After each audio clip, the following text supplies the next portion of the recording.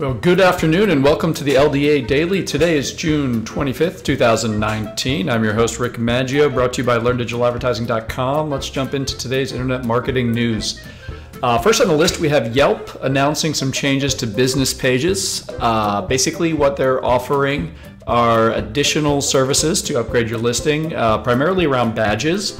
So basically cute little icons where you can call out features about your business, such as open 24/7, walk-ins welcome, eco-friendly, these sort of things. They've got some data on improved click-through rates and engagement rates on all this type of thing.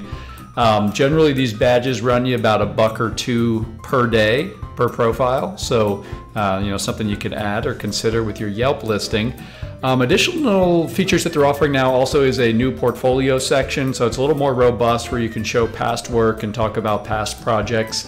Again, this runs you about $1 or $2 per day per listing. And then the last piece, it's sort of like one of the badges that we just talked about, but on steroids, is the Yelp verified license. Now this is some verification that Yelp has that, again, data that engagement rates increase by adding this $1 a day per profile. Something else you can do to upgrade your listings. Here at LDA, we're not big fans of advertising on Yelp, but if you are, these are opportunities for you. Enjoy.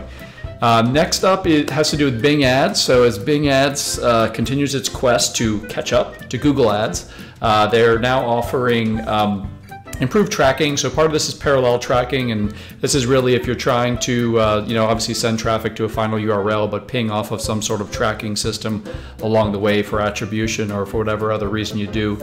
They do have basically parallel tracking now, which is going to be very similar to how it works in Google.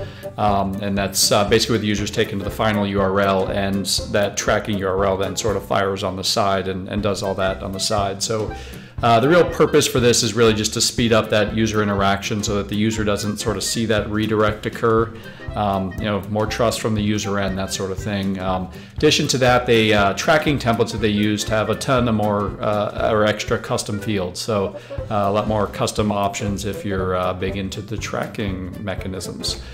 Next, we have Google Search Console. Just a very small piece of news. Google is removing the feature for preferred domains. So, in the past, if you had a www version, you may want to tell Google this is my preferred version, and your non-www hopefully redirected in there with the 301 the way it should.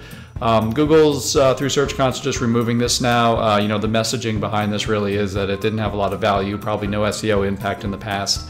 But what they are continuing to encourage are, if you do want to set a preferred domain, is going to be set your 301 redirects to the preferred domain. Make sure your sitemap has the domain that you prefer within it, and use canonicals, where needed. So kind of those best practices that have always been in place. They're just kind of in Search Console saying, you don't really need to tell us anymore. We're going to look for these programmatic mechanisms to determine that. So just a quick bit there on Search Console. Lastly, Google My Business, a couple cool new branding tools. So first you get custom URLs, which we didn't have before.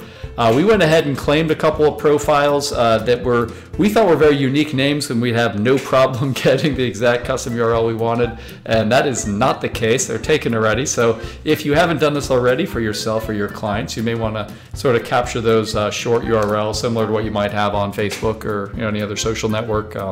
But Google's now offering them. The second piece, which is interesting, and we're only seeing this right now in Google Apps, the ability to obviously follow a business. So if you're within Google Apps, whether it's Android or iOS, you're basically going to have the ability to follow a business. And now as the business owner, you can then pop in some sort of special offer right then that the end user can save. So they follow your business, you can maybe give them 20% off, and they can sort of save that offer for when they do come into your business or call or something like that. So kind of a cool mechanism to get a little bit of brand loyalty. And two new features. Definitely can go update all your Google My Business profiles. Hope this helps. Today is June 25th, 2019. Check out LearnDigitalAdvertising.com for all your other news. Have a great day.